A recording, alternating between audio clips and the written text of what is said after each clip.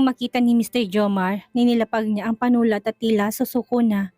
Ngunit bigla itong nagsalita. Ma'am, sa wakas ay matagumpay na naayos ng asawa niyang proyektong ito.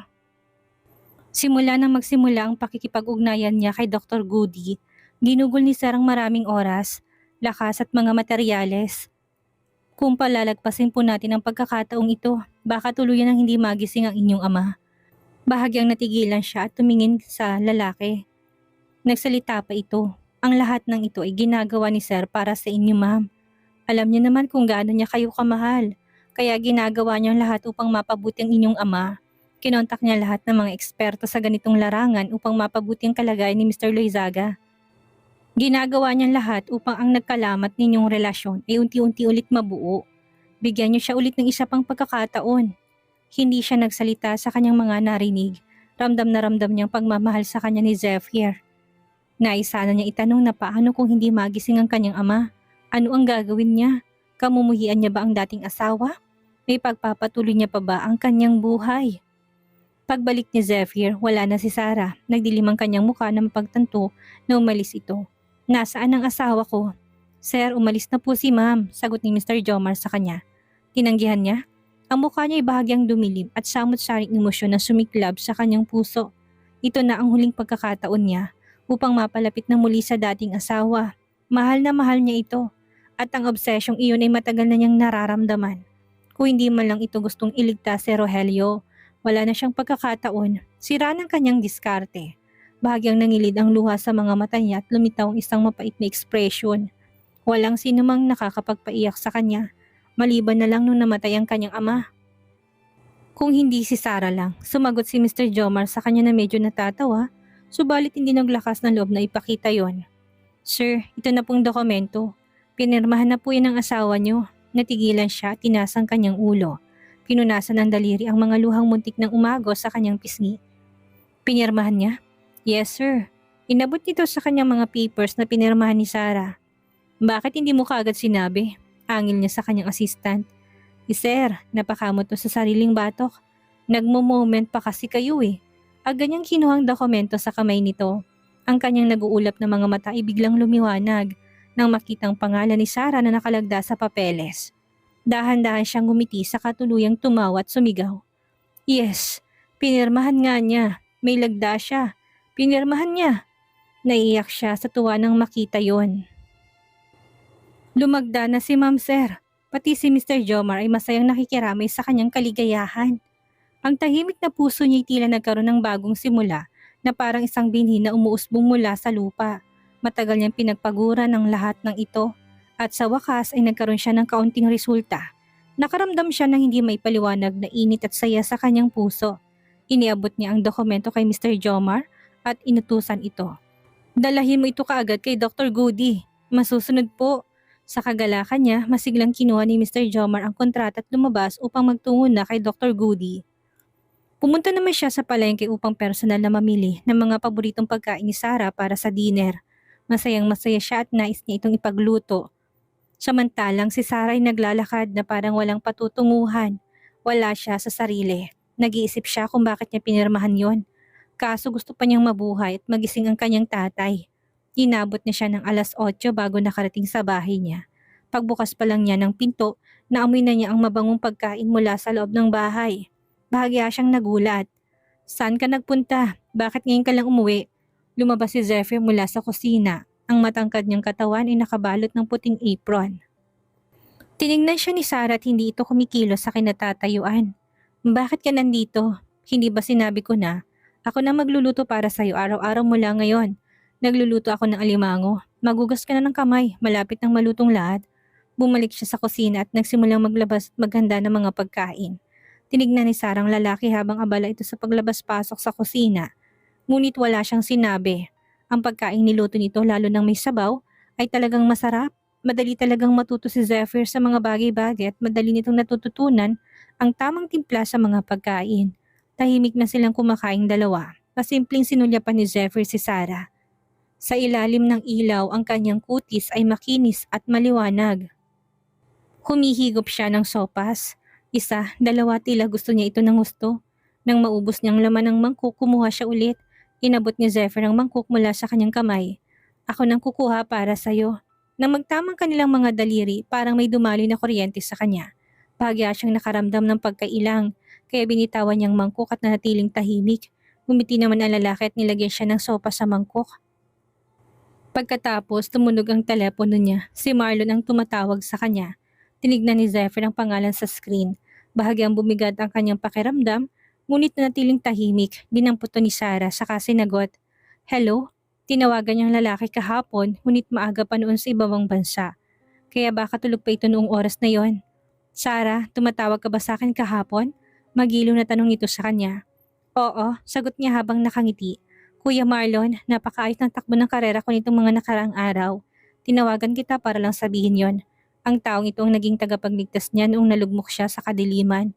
Kaya naman ngayon nagtagumpay siya, gusto niyang ibahagi dito sa lalaki bilang pasasalamat." "Congratulations," ngumiti si Marlon na nasa kabilang linya. "Masaya akong marinig na maayos ng lagay mo ngayon at maayos ang takbo ng lahat sa'yo. Malapit nang matapos ang proyekto ni Marlon sa ibang bansa. Kamakailan naging mabuti sa kanyang ama. Ang kanyang kapatid na si Vincent ay tumangging magpakasal sa babaeng pinagkasundo dito at mas pinili na mahalin ng isang babaeng mahirap lamang.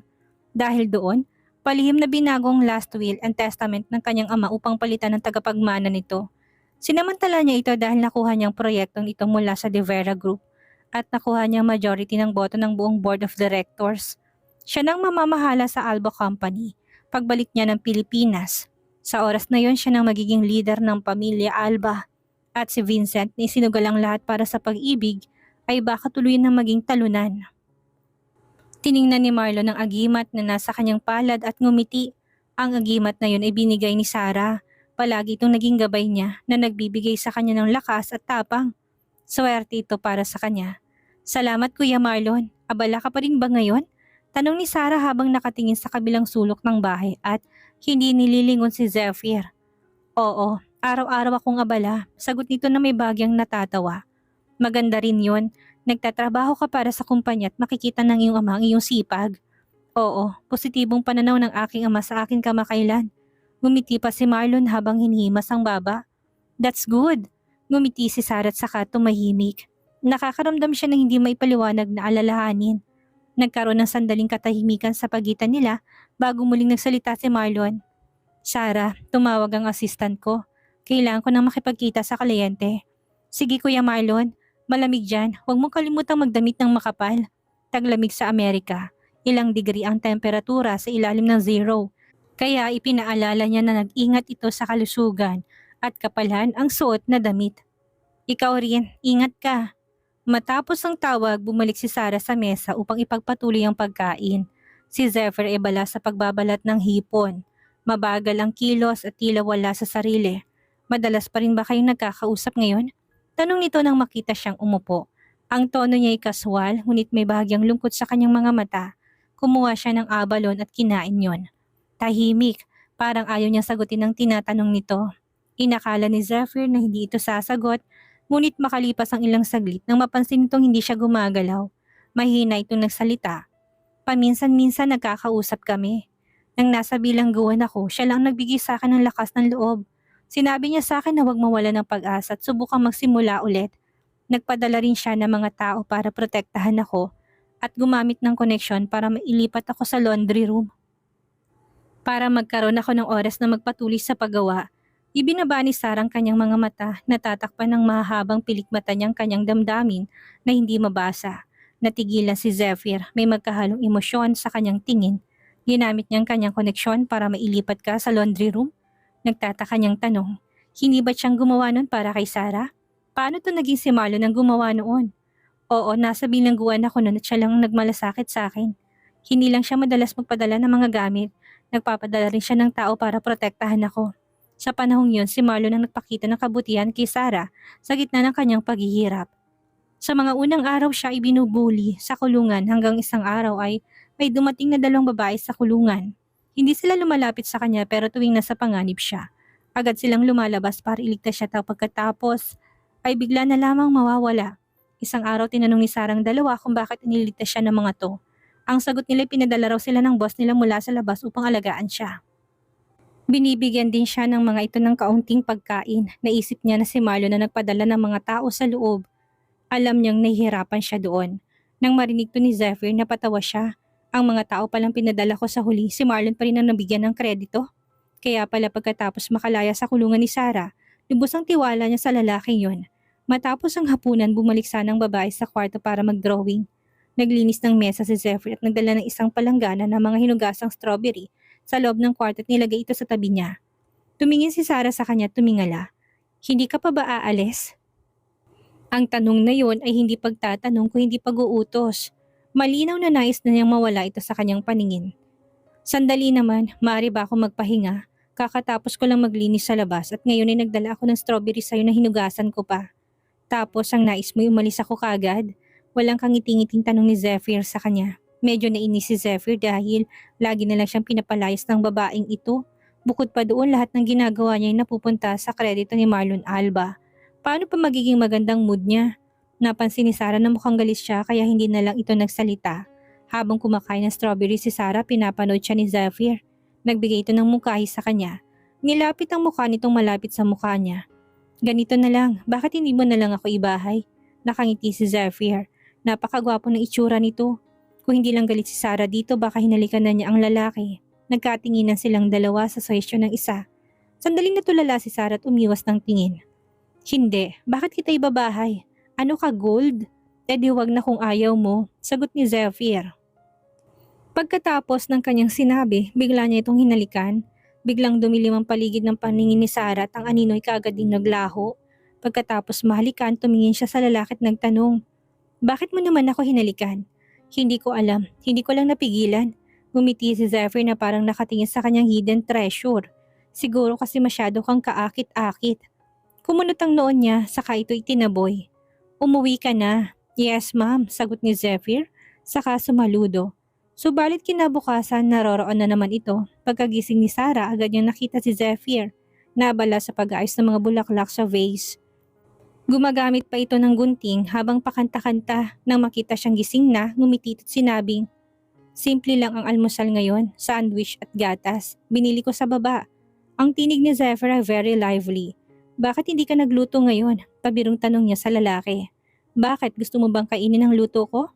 Nahulog na ba ang tiyan mo sa akin? Itinaas ni Zephyr ang kanyang mga mata at diretsong nilingon ito sa kanya. Nabibighani siya sa kagupuhang taglay ng lalaki. Ngunit agad niya yung sinupil. Hindi ikaw kasi ang nagsabi na ipagluluto mo ko araw-araw. Sagot niya habang papalapit siya kay Zephyr. Hindi niya inaasahan, bigla siyang niyakap ni Zephyr sa bewang. Nagulat siya talaga sa ginawa nito. Anong ginagawa mo? Wala. Kung gusto mo ng luto ko, tawagin mo kong asawa. Tapos magluluto ulit ako para sa'yo. Hinigpitan pa ni Zephyr ang yakap sa kanya na tila ba ayaw siyang pakawalan. Sige na, call me. Asawa ko, ganun lang kasimple at matitikman mo ng luto ng pinakagwapong lalaking nakilala mo. Medyo nailang siya. Sa pagkakayakap nito, lalo nang lumiit ang kanyang katawang natatakpan ng katawan nito. Sakop na sakop ni Zephyr ang kabuuan niya. Ang gwapo nitong mukha ay nakatingin sa kanya. Bitawan mo nga ako. Inalis niyang pilit ang mga braso nito. Hindi niya maiwasang kiligin kapag ganitong lalaki sa kanya. Eh wala naman akong ginagawang masama ah. Inosenteng sagot ni Zephyr na nakalabi pa. Anong wala? Niyayakap mo ngang bewang ko. Bitawan mo na ako. Kunwari naiinis siya sa lalaki. Pero kinikilig talaga siya. Ang hirap kayang yakapin ka. Tapos ngayon papakawalan kita agad. Ayoko. Sagot ito ng may bahagyang paos at malalim na tono. Saka ipagluluto kita. Basta tawagin mo lang akong asawa. Sige na. Ramdam ni Sarah na parang inaakit siya nito. Kaya malamig siyang sumagot. Ayoko ng mga ganitong laro, Zephyr. Pakawalan mo ko. Gusto kong kumain. Sa huli binitawan na siya nito ngunit halatang may bahagyang tampo. Araw-araw katang pinagluluto at inaalagaan pero ni salamat wala man lang ako naririnig mula sa'yo. Napahinto si Sarah habang kinakagat ang sandwich. At halos hindi ito pinansin ngunit nang makita niyang parang nagtatampo talaga ito, hindi niya napigilang kutyain. Noong hinahabol din kita araw-araw kitang pinagluluto, binibigyan ng siya at tubig pag-uwi at ina-inspeksyon ng makakapal mong damit kapag malamig. Na-touch ka ba noon kahit konti? Bahagyang natigilan si Zephyr at imuko sa mesa upang tumitig kay Sarah. Ang kanyang mga mata ay malalim at seryosong sinabi. Oo naman, touch na touch ako. Kung hindi bakit ayaw kitang pakawalan ngayon? Bakit hinahabol kita? Pinipigilan niyang mapangiti kaya bahagya siyang yumuko tinaboy ito upang maiwasang mapansin itong kanyang nararamdaman. Lumayas ka nga. Subalit wala yung diin, mas lamang pa doon na umiiwas lang siya. Namumula ka, natatawang buska sa kanya ni Zephyr. Hindi totoo yan. Talaga, bakit namumulang mga tenga mo? Natigilan siya at kusang tinakpan ng kanyang mga tenga. Nang makita niyang pilyong tingin nito sa kanya, napagtanto niyang niloloko siya nito. Namula ang kanyang mukha at hindi napigilang sumigaw. Jeffrey de Vera, nandito lang naman ako, sagot ito habang tumatawa. Bakit ka sumisigaw? Naiinis na talaga siya kaya tinuro niya ang pinto. Umuwi ka na, ayaw na kitang makita. Aalis na rin naman ako. Tumingin si Zephyr sa kanyang relo. Lagpas 8:00 na, kailangan ko na umalis. May pupuntahan ako sa Bataan ngayon. Napakunot ang noon niya sa narinig. May business trip ka ngayon? Oo bakit ang tagal mo mag-ayos ng bulaklak dito? Gusto ko kasing magising ka ng masaya. Sagot nito habang nakasandal sa mesa. Natigilan si Sarah sa narinig. Kaya pala, may biyahe pala ito ngayong araw pero naglaan pa ito ng oras para ayusin ang isang buke ng bulaklak para lang mapasaya siya. Siyempre gusto rin kitang makita bago ako umalis. Habang nakatulala pa si Sarah, lumapit si Zephyr at tinalikan ng maputing pisngi niya. Galit na tumalikod si Sarah, subalit nahilang kanyang hikaw at sumabit kaya kaagad siyang lumingon. Sa halip na sa pisngi niya maglanding ang mga halik ni Zephyr, dumiretso yun sa kanyang mapupulang labi. Pareho silang natigilan at nagkatitigan habang magkalapat ang kanilang mga labi. Labis na gulat ang naramdaman nilang pareho. Si Zephyr ang unang umaksyon, dumilim ang tingin niya. Hinawakan ang ulo ni Sarah at hinalikan to ng mas malalim. Nanlaki ang mga mata ng babae at pilit siyang tinutulak palayo. Pero hinawakan niya mga kamay nito at mas mahigpit pang inipit ang mga yon.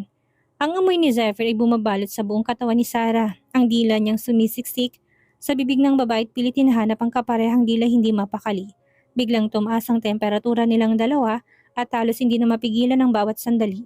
Sa kaunting blankong isipan ni Sarah, nagkaroon ng konting kaliwanagan at nagsalita siya. Bitawan mo ko. Halos mawala na siya ng hangin. Ngunit lumapit palalo si Zephyr, isiniksik ang kanyang mahabang binti upang ilak ang mga payat na binti ni Sarah. Pinagdikit ng kanilang mga katawan, hinawakan ang mukha nito at muling hinalikan. Walang nagawa si Sarah kung hindi tanggapin ang halik ng lalaki. Tinugon niya yon, unti-unti sumabay siya sa kilos nito. Kung hahalikan pa kita ulit, baka hindi mo na gustuhin umalis. Sabi ni Zephyr sa kanya, habang nilapat ang noo sa kanyang noo matapos siyang pakawalan. Namula siya at galit na sinabing, sino bang may gustong humalik sa'yo? Umalis ka na nga. Ngumiti si Zephyr na tila ba tinutokso siya. Mukhang gusto ko talaga ang mga babaeng pakipot, yung ibang sinasabi sa ikinikilos. Napaisip si Sarah kung masyado mang mataas ang tingin nito sa sarili. Malinaw naman ang pagtutol niya kanina, pero iniisip pa rin itong nagkukunwari lang siya. Ang lalaking ito talaga, tinugon mo naman ang halik ko Isang mabilis na dampipan ng halik sa labing binigay nito sa kanya saka nagmamadaling tumakbo palabas ng bahay, bago pa niya mahugot ang kanyang tsinelas at mabato ang lalaki. Paglabas ni Zephyr ng bahay, halatang magandang mood niya. Napansin niyo ni Mr. Jomar na naghihintay sa ibaba. Binuksan itong pinto ng sasakyan at ngumiti. Mukhang maganda ang mood niyo ngayon, sir. Okay naman, sagot ni Zephyr. Pero halata sa ngiti niya ang labis ng nasisiyahan. Kinagabihan, dumalo si Sarah sa celebration banquet ng Sandoval's Jewelry. Napakasimple ng suot niya, isang light blue na coat na may sinturon sa bewang at ang kanyang mahabang kulot na buhok na nakalugay sa kanyang balikat. Litaw ang tangkad at kagandahan niya. Tila isang nagliliwanag na bituin sa gitna ng daan. Pagpasok niya sa pribadong silid, marami ng tao doon. Puno ng tao ang kwarto. At nang makita nila siyang pumasok, sabay-sabay silang bumati ng magalang sa kanya. Magandang gabi, Miss Loizaga. Sina Dorina at Marciano ay nakaupo sa mga pangunahing upuan. Pumunta siya doon upang bumati. Ate Dorina, President Sandoval. Tinawag niya si Dorina bilang ate at si Marciano bilang President. Ang mga mata ng lalaki bahagyang nagbago. Mula sa pagkakangiti nito napalitan niyo ng simangot at parang pagkagulat. Bakit mo ko tinatawag na President? Sanay naman ako na tinatawag mo Marciano. Ikaw pa rin ang boss ko, ngumiti siya dito. Inalok siya ni Dorina na maupo. Halika na dito Sarah, maupo ka na. Pagkaupo nila biglang lumapit ang assistant ni Dorina sa babae at bumulong. Ma'am, naroon po si Miss Marie Chris sa labas. Nais niya pong pumasok dito sa loob. Nais daw po niyang makausap si Sir. Nang marinig yon, ang nakangiting labi ni Dorina ay parang nanigas. May bahagyang inis sa kanyang tono at hinarap ang kanyang kapatid. Ang babaeng yun talaga, Wala nang ginawa ko hindi ang habulin ka. Nais ata niyang mapahiya ng husto Marciano. Huwag kang magpakita sa kanya, huwag mo siyang lalapitan. Babala pa ni Dorina sa kapatid. Baka mamaya mag-inarte na naman yan at magkunwaring kawawa. Madami ka pa sa mga nais niyang gawin sa magulo niyang buhay. Manatili ka na lang dito at hindi na natin siya papapasukin. Ang mukha ni Marciano ay parang wala namang pakialam. Okay ate, hindi ko naman planong kausapin siya. Mabuti naman kung ganon. Bahagya pang ginulo ni Dorina ang buhok ng bunso niyang kapatid. Punong-puno ng kasinungalingan ng babaeng yun. Ipinagbawal na makapasok siya dito at ipagbigay alam sa hotel security na hindi siya maaring makalapit sa aking kapatid. Utos ni Imni sa kanyang assistant. Si Sarah naman ay nakaupo lang sa kanilang tabi at bahagyang ngumiti. Ganito palang nangyayari kapag ikaw mismong nagpahamak sa iyong sarili. Curious siya kung anong ginagawa ni Marie Chris kay Marciano kamakailan. Hindi na makapaghintay si Dorina na ikwento ito kay Sarah. Alam mo ba, hayaan mo ikwento ko sa'yo. Hindi mo alam kung gaano kakapal ang mukha ng babaeng yan. Patuloy namin siyang tinatanggihan pero hindi siya tumitigil. Araw-araw na siyang pumupunta sa bahay namin at pinapalaganap ang balita na kinansela namin ang kasal. Sinasabi niyang takaw pinsala kami. Nagtampo ang mga magulang ko nang malaman nila. Ngumiti siya. Baka gusto pa niyang makipagkasundo kay President Sandoval. Sana, tugon ni Dorina na may pagdududa. Huwag na natin siyang pag-usapan, ang kapal naman ng mukha niya. Pati magulang ko galit sa kanya. Kaya hayaan mo siyang mabulok sa labas. Deserve niya yan. Gusto pa niya makapasok sa pamilya namin? Managinip siya. Mukhang ayaw na talaga ni Dorina kay Marie Chris. Halos isuka na nitong babae sa sobrang pag-ayaw.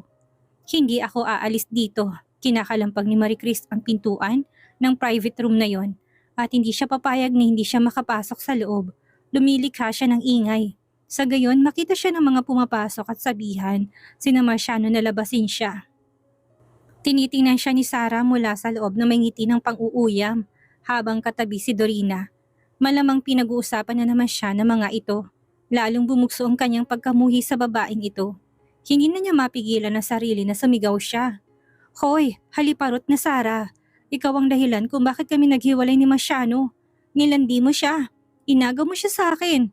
Sumigaw siya ng malakas at narinig ng karamihan ng mga taong naroroon. Nakakunot ang noo ni Dorina. Saka siya sinagot. Napakawalang hiya mo talaga, no?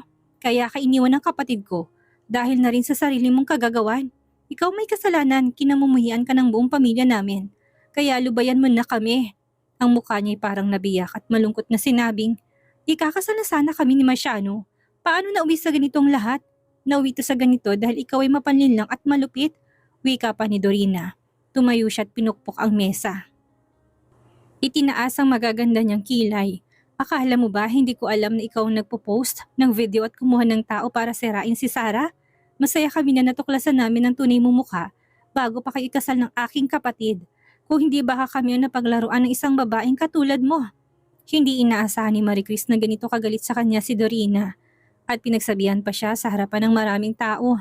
Natakot ang kanyang katawan sa galit na ipinakita nito. Tumingin siya kay Marciano na noon ay nakatingin din sa kanya. Marciano, ano bang sinabi mo nung nililigawan mo pa lang ako? Sabi mo ako lang isang babae sa'yo. Aalagaan mo ko't poprotektahan subalit bakit ganito? Bakit parang bigla ka nagbago? Maluhalo ang kanyang mga mata matapos maglitanya ng ganon sa lalaki. Ngumisi si Marciano kay Marie Chris. Hanggang ngayon, hindi pa rin alam ng babaeng ito kung saan siya nagkamali para tanungin siya ng ganon-ganon na lang.